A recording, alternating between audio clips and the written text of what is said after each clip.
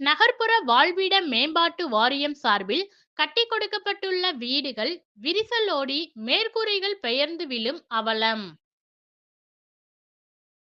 திண்டுக்கல் மாவட்டம் ஒட்டன்சத்திரம் சட்டமன்ற தொகுதிக்கு உட்பட்ட கீரனூர் பேரூராட்சியில் தமிழ்நாடு நகர்ப்புற வாழ்விட மேம்பாட்டு வாரியம் சார்பில் கடந்த 2009ஆம் ஆண்டு 200 வீடுகள் கட்டப்பட்டு பொதுமக்கள் பயன்பாட்டிற்கு வழங்கப்பட்டுள்ளன.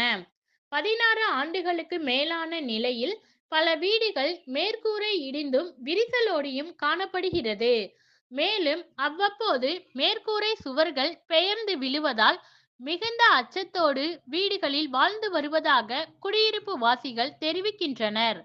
இந்த நிலையில் செல்வராஜ் என்பவர் குடும்பத்தோடு வசித்து வரும் சூழலில் நேற்று இரவு வெளியூரில் இருந்து அவரது மகள் குடும்பத்தினர் வந்திருந்த நிலையில் இரவு உணவு குடும்பத்தோடு அமர்ந்து சாப்பிட்டு கொண்டிருந்ததாக தெரிகிறது. மேற்கூரை சுவர் திடீரென விரிசலோடும் சத்தம் கேட்கவே சுதாரித்து கொண்டு குழந்தை மற்றும் மகளை உடனடியாக வெளியேற்ற முற்பட்டதாக கூறுகின்றனர்.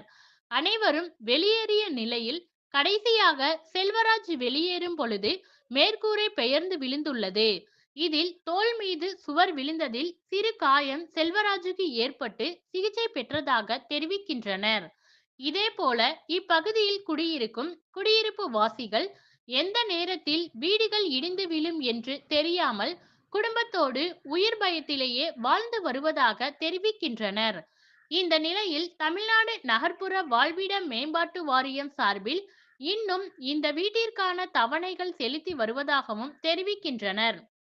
அரசு கவனத்தில் எடுத்து வீட்டின் மேற்கூரைகளை பராமரித்து வழங்கிட வேண்டுமென கோரிக்கைகள் விடுகின்றனர்.